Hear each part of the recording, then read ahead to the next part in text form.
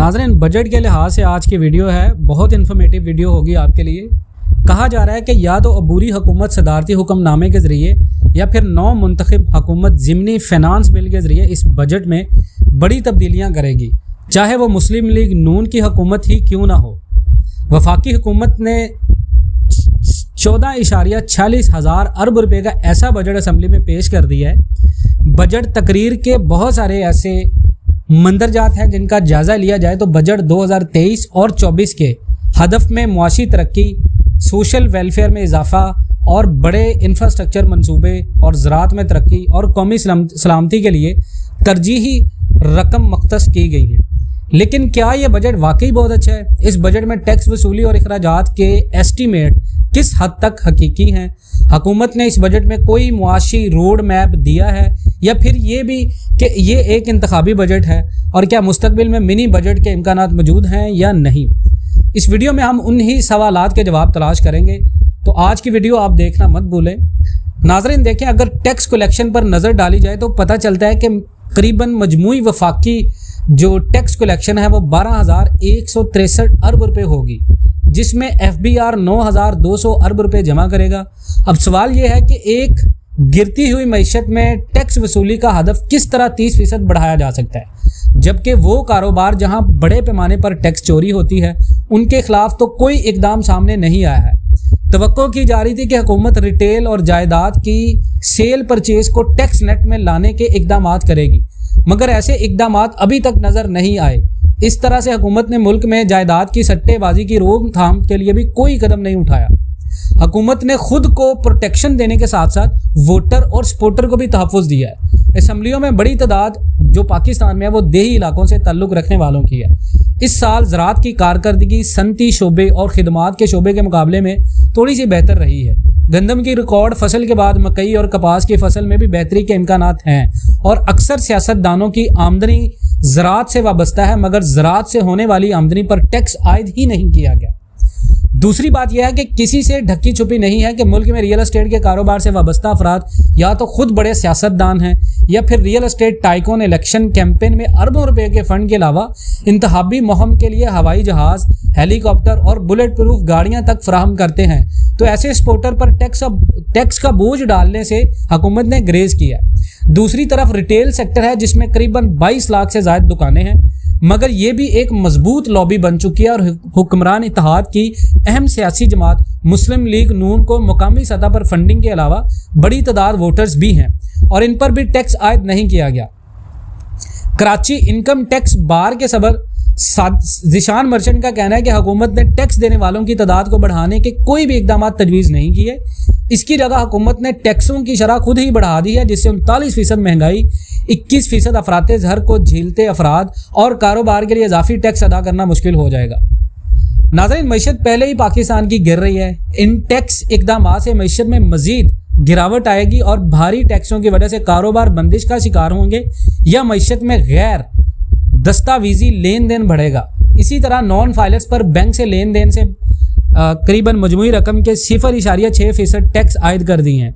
मगर डार साहब ये इकदाम उठाने से पहले ये भूल गए हैं कि मुल्क में तेज़ी गैर बनकारी लेन देन बढ़ रहा है और मुल्क में ज़ेरे गर्दिश नकद करेंसी में गुज़िश्ता चंद साल में तेज़ी से इजाफा हुआ है। बावजूद इसके कि स्टेट बैंक बैंकारी लेन देन के फ़रोग पर पॉलिसियाँ और इंफ्रास्ट्रक्चर बना रहा है, तवक्को तो ये की जा रही थी कि नॉन फाइलर्स को मुआशी हकूक़ से महरूम किया जाएगा, मगर ऐसा ना करके हुकूमत ने टैक्स नेट में आने वालों की हौसला शिकनी की है और कानून ना मानने वालों को कानूनी तहफ़्फ़ुज़ दिया है। जमाशुदा टैक्स के सूबों को मुंतकली के बाद वफाक के पास करीबन 6,887 अरब रुपये बचेंगे। इसके मुकाबले में वफाक के अगर अखराजात की बात करें तो 14,463 अरब रुपये होंगे। जो फंड्स वफाक के पास बचेंगे उसमें से वफाक 1,804 अरब रुपये दिफाई अखराजात पर खर्च करेगा, 1,464 अरब रुपये ग्रांट्स में जाएंगे, 1,074 अरब रुपये की सब्सिडीज़ देगी वफाक। मगर इन तमाम से बड़ा खर्चा तो सूद का है, जिसकी मद में वफाक को 7,300 अरब रुपये अदा करना होंगे। यानी वफाक खसारा 7,573 -7.2% होगा। ये खसारा गुज़िश्ता माली साल के बजट के खसारे से 82% ज़्यादा है। यानी पाकिस्तान जितना टैक्स जमा करता है उससे 1000 अरब रुपए या कुछ जायद सूद अदा करेगा। मुल्की तारीख में पहली मरतबा ऐसा हुआ है कि वफाकी हुकूमत की टैक्स कलेक्शन से जायद सिर्फ सूद की अदागी होगी। नाज़रीन, पेश करदा बजट से यह जाहिर हो रहा है कि हुकूमत पहले दिन से ही कर्ज लेना शुरू कर देगी और मुल्क हकीकी तौर पर एक कर्ज के जाल में उलझता चला जाएगा। इस तमाम तर खसारे में हुकूमत ने मुआशी तरक्की का हदफ 3.5% रखा है, मगर आलमी बैंक कह रहा है कि दुनिया की मजमूई तरक्की की शरह साल 2023 में 2.1% होगी। तो पाकिस्तान किस तरह और किन वजूहात की बिना पर दुनिया से 1.4% इजाफी तरक्की कर सकता है? इसका जवाब वजीर खजाना इसहाक डार ने अपनी पोस्ट बजट प्रेस कॉन्फ्रेंस में यूं दिया कि अगर PSD पर सही तरीके से अमल कर लिया और शफाफियत के साथ इसमें सरमायाकारी की तो हम अहदाफ हासिल करने में कामयाब रहेंगे और 3.5% की शरह नमू हासिल कर सकेंगे। IMF ने भी हमारी शरह नमू का यही एस्टिमेट लगाया। लेकिन इन तमाम बातों के साथ एक बहुत बड़ा अगर ये भी है कि मुस्लिम लीग नून के साबिक वजीर खजाना कहते हैं कि अवामी तरक्याती फंड्स का इस्तेमाल दुरुस्त नहीं होता और बड़ी रकम करप्शन और नाअहली की वजह से ज़ाया हो जाती है। इस बजट में नौजवानों खुसूसन आला तलीम याफ्ता नौजवानों के लिए टैक्स इकदामात रखे गए हैं क्योंकि वोटर की उम्र 18 साल है और ये साल इंतखाब का भी है। तो इस हवाले से नौजवानों को कारोबार के लिए सस्ते कर्जों के अलावा 1 लाख लैपटॉप की मुफ्त तकसीम भी बजट में रखी गई है। इसी तरह से इंफॉर्मेशन टेक्नोलॉजी और फ्री लांसिंग को फ़ायदा देने के लिए भी इकदामात इसी इंतखाबी बजट का हिस्सा है। इस बजट में एक और इंतखाबी ऐलान भी सामने आया कि वो है सरकारी मुलाजमीन की तनख्वाहों में 35% का नुमाया इजाफा। यानी हुकूमत ने मजमूई अफराते ज़र के मुसावी सरकारी मुलाजमीन की तनख्वाह बढ़ा दी है। ये सरकारी मुलाजमीन ना सिर्फ वोटर्स हैं बल्कि इंतखाबी मशीनरी का एक बड़ा हिस्सा भी होते हैं। शायद इन्हें रिलीफ देने से इंतखाबात में एक हमदर्दी का अंसर हासिल करने की कोशिश की गई है।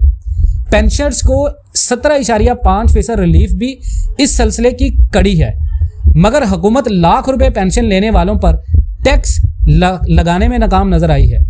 पाकिस्तान की मईशत को सबसे बड़ा मसला बैरूनी अदायगियों का है, जिनमें बैरूनी कर्जों पर असले ज़र और सूद की वापसी के अलावा दुनिया भर से इंपोर्ट की जाने वाली चीज़ें और एक्सपोर्ट्स की अदायगियाँ शामिल हैं। पाकिस्तान की बैरूनी आमदनी का सबसे बड़ा जरिया समंदर पार पाकिस्तानियों की रेमिटेंस है, मगर आलमी सतह पर अफराते ज़र कसाद बाजारी की वजह से रेमिटेंस में कमी हो रही है, तो दूसरी तरफ मुल्की बरामदात भी कम हो रही हैं। बढ़ती हुई डिमांड की वजह से इंपोर्ट्स में भी इजाफा हो रहा है। पाकिस्तान के मजमूई बैरूनी कर्जों का हजम 120 अरब डॉलर है, जिसमें से 45 अरब डॉलर आलमी बैंक, एशियाई तरक्याती बैंक, IMF, इस्लामी तरक्याती फंड और एशियन इंफ्रास्ट्रक्चर इन्वेस्टमेंट बैंक के हैं। पाकिस्तान को साल 2026 तक आलमी इदारों को 77 अरब डॉलर का कर्जा अदा करना है, बशर्त ये कि पाकिस्तान कोई कलील मुद्दती कर्जा ना ले। आइंदा माली साल पाकिस्तान को 25 अरब डॉलर की अदायगियां करनी है। इसके लिए माहरीन का कहना है कि पाकिस्तान को लाजमी तौर पर IMF से या तो मौजूदा या फिर नए प्रोग्राम पर बातचीत करना होगी। बजट में भी IMF से 2.4 अरब डॉलर मिलने की उम्मीद जाहिर की गई है, मगर दूसरी जानब डार साहब ने मौजूदा IMF प्रोग्राम की बहाली से तकरीबन इनकार ही कर दिया है। बाद बजट प्रेस कॉन्फ्रेंस में IMF के हवाले से सवाल पर वजीर खजाना बात को गोलमोल कर गए और कोई वाज़ह जवाब नहीं दिया, बल्कि महज ये कि बात की कि अभी 30 जून तक IMF की बात रहने दे, लेकिन अगर IMF बजट से खुश ना होता तो मुझे फ़ोन आ जाता। IMF का मौजूदा प्रोग्राम 30 जून को ख़त्म हो रहा है और तब तक IMF बोर्ड के इजलास में पाकिस्तान के कर्जे पर गौर एजेंडे का हिस्सा नहीं है। डार साहब के अल्फाज से ऐसा जाहिर हो रहा है कि बजट IMF की मर्जी से बनाया है। एक TV शो में डार साहब का कहना था कि बजट के नंबर्स मिलने के बाद IMF हमसे कई बार सवालात कर चुका है। मुझे तवक्को है कि बजट के हवाले से कोई ऐसी चीज़ नहीं होनी चाहिए जो मसला साबित हो। डार साहब का कहना था कि पेरिस क्लब रीशेड्यूलिंग का अभी तक कोई मंसूबा नहीं है। आलमी इदारों के कर्जों की रीशेड्यूलिंग की तरफ नहीं जा रहे, कर्जों की बवक्त अदायगी करेंगे। आइंदा माली साल का बजट किसी मुस्तहिकम तरक्की और इस्लाहात के एजेंडे और हिकमत अमली के बगैर तैयार किया गया और यही कहा जा रहा है कि या तो अबूरी हुकूमत सदारती हुक्मनामे के जरिए या फिर नौ मुंतखब हुकूमत ज़िमनी फाइनेंस बिल के जरिए इस बजट में बड़ी तब्दीलियाँ करेगी, चाहे वो मुस्लिम लीग नून की हो ही हुकूमत क्यों ना हो। तो नाज़रीन, आप इसके बारे में क्या कमेंट राय रखते हैं कमेंट सेक्शन में इंशाल्लाह ज़रूर बताएं। इंशाल्लाह मिलते हैं नेक्स्ट वीडियोज़ में, तब तक के लिए अल्लाह हाफ़िज़।